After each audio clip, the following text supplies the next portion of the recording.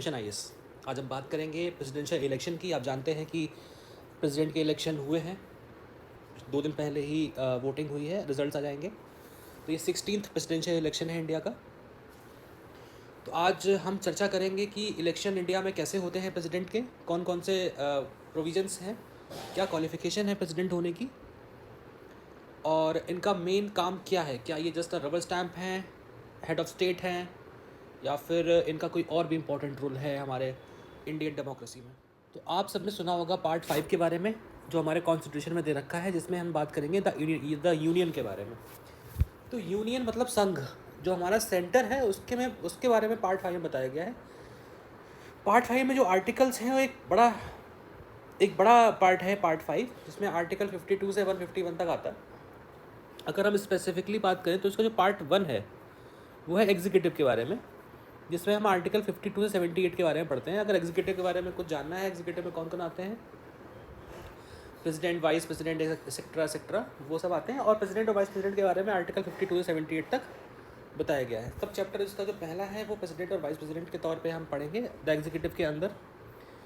और जो प्रेसिडेंट और वाइस प्रेसिडेंट के बारे में या प्रेसिडेंट के बारे में कुछ भी, अगर किसी आर्टिकल के बारे में अगर आपको जानना है, प्रेसिडेंट के बारे में कुछ भी जानना है, तो आप आर्टिकल 52 से 73 को रेफ़र कर सकते हैं। आर्टिकल 54 में बताया गया है, फॉर एग्जाम्पल के तौर पे अगर मैं आपको बताऊं कि आर्टिकल 54 में बताया है कि प्रेसिडेंट के इलेक्शन में वोटर्स कौन होंगे,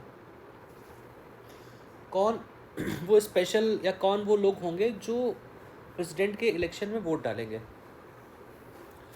55 बताया गया है कि प्रोसीजर क्या होगा, प्रोसेस क्या होगा। 57 में बताया गया है कि री इलेक्शन के बारे में बताया गया है कि री इलेक्शन अगर होने होंगे तो किस तरह से होंगे।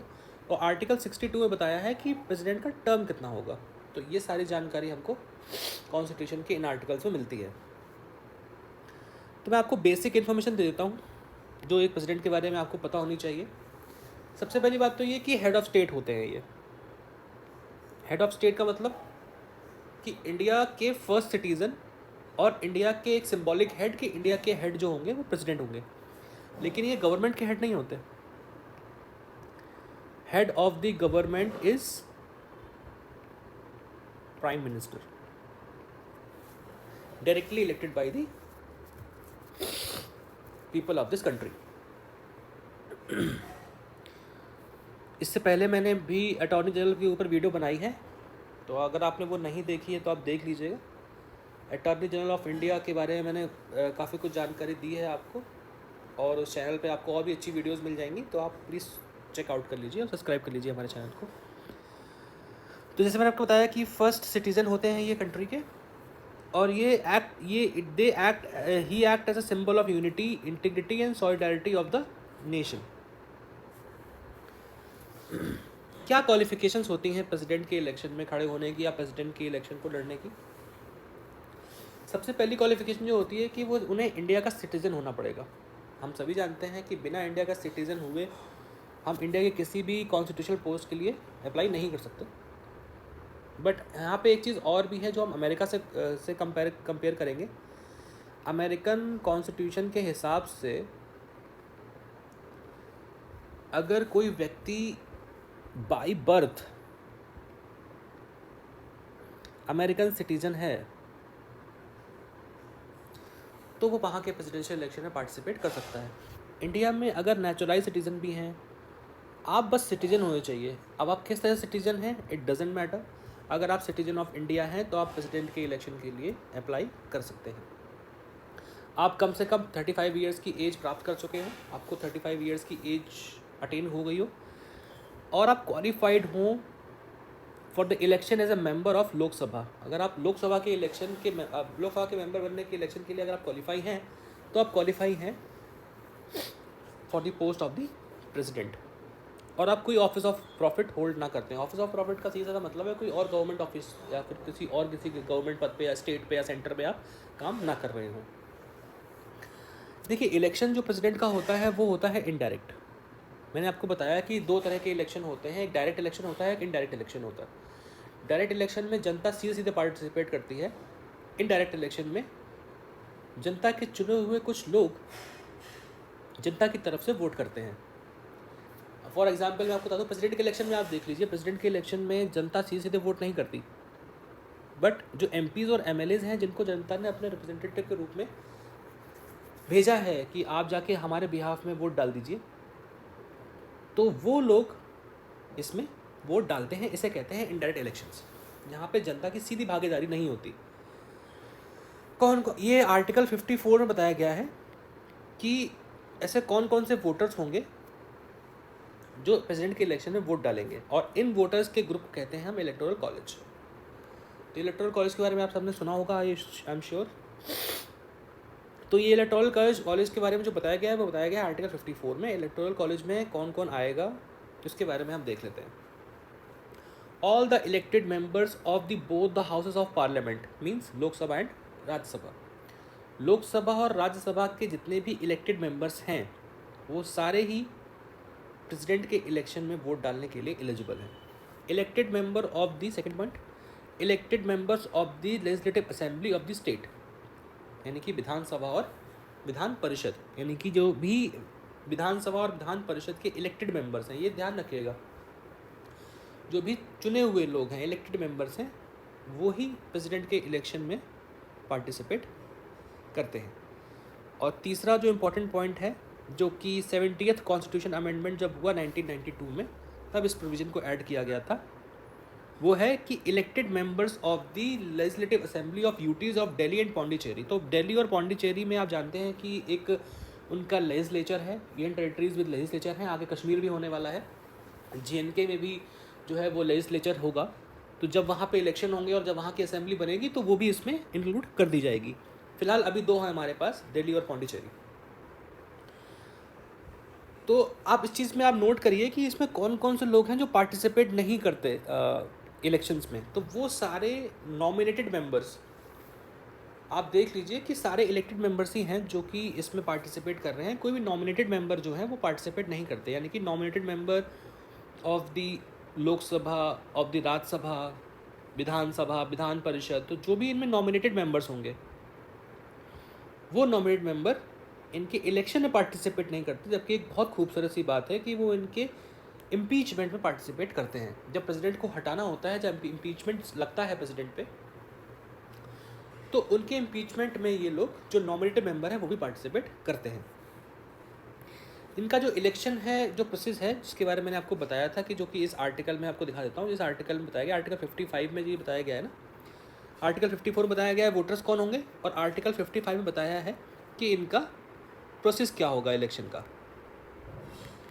तो प्रोसेस जो सिस्टम है वो होगा प्रोपोर्शनल रिप्रेजेंटेशन सिस्टम। इस बारे में हमारे कॉन्स्टिट्यूशन में बात कही गई है, proportional representation system by the means of single transferable vote.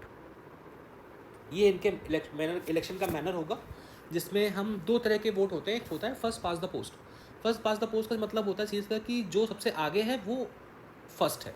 Like अगर आपने लोकसभा में देखा होगा या किसी असेंबली में इलेक्शंस देखे होंगे, तो उसमें जो होता है कि अगर किसी भी कैंडिडेट को जो कि इलेक्शन लड़ रहा है उसको अगर ज़्यादा वोट मिलते हैं, भले ही वो 50% से एक वोट ज़्यादा भी लेता हो, तो वो इलेक्टेड माना जाएगा या वो जीता हुआ माना जाएगा। बाकी और लोगों के वोट की वैल्यू इसमें नहीं रह जाती।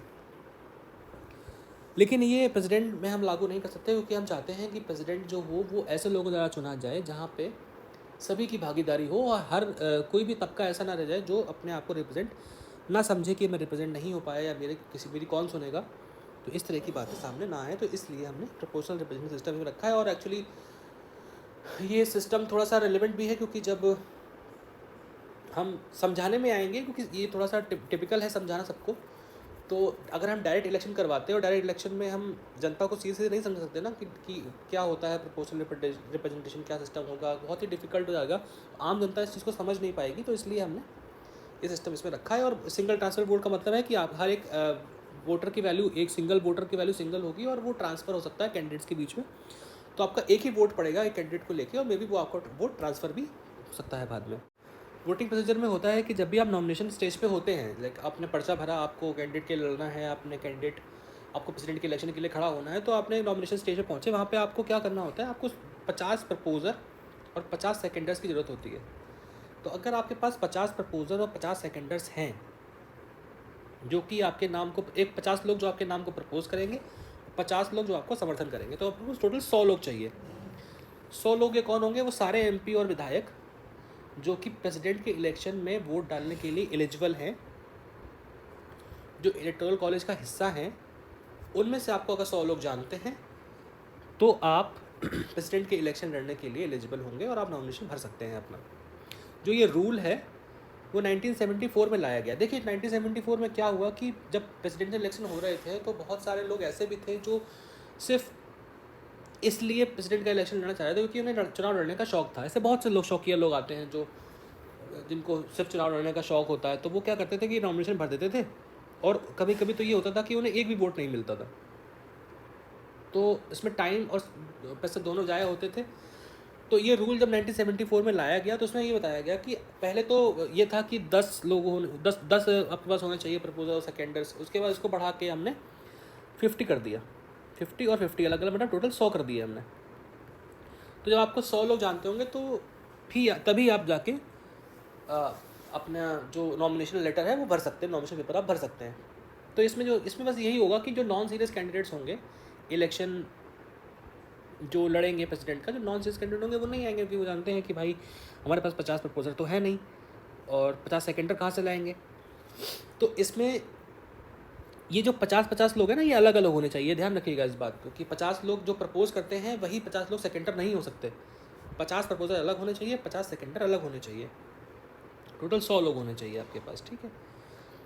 लेकिन जो इलेक्टर है, the elector cannot propose or second the nomination of the more than one candidate. तो ये भी आप इसमें ध्यान रखिएगा। तो that's all about it. President के बारे में हमने जितना जाना था वो जान लिया। आगे हम कुछ और कंटिन्यू करेंगे प्रेसिडेंट के बारे में। तो अगर आपने चैनल को सब्सक्राइब नहीं किया है तो आप इसका हम पार्ट 2 जल्दी लेके आएंगे और पार्ट 2 में आपको बताएंगे कि वोटिंग का जो इसमें प्रोसीजर है उसमें किसके वोट की कितनी वैल्यू होती है। और फिर हम इम्पीचमेंट के बारे में बात करेंगे प्रेसिडेंट के, और आगे जानेंगे कि इनके क्या क्या डिस्क्रिशनरी पावर होती हैं और प्रेसिडेंट अपने पोस्ट के लिए कितना इंपॉर्टेंट है, और वाइस प्रेसिडेंट का उनके इम्पीचमेंट के बाद क्या रोल होता है। हम वाइस प्रेसिडेंट में भी चर्चा करेंगे और उसके बाद प्राइम मिनिस्टर और आगे एग्जीक्यूटिव काउंसिल देखेंगे। Thank you.